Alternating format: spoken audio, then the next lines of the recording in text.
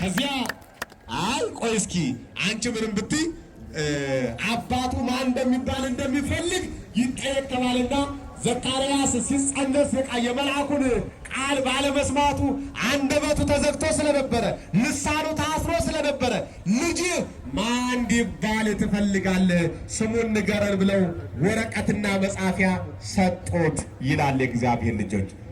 ዮሐ ሲል የታሰረው አንደበቱ ተፈታ፣ የተዘጋው ልሳኑ ተከፈተ ይላል ልጆች።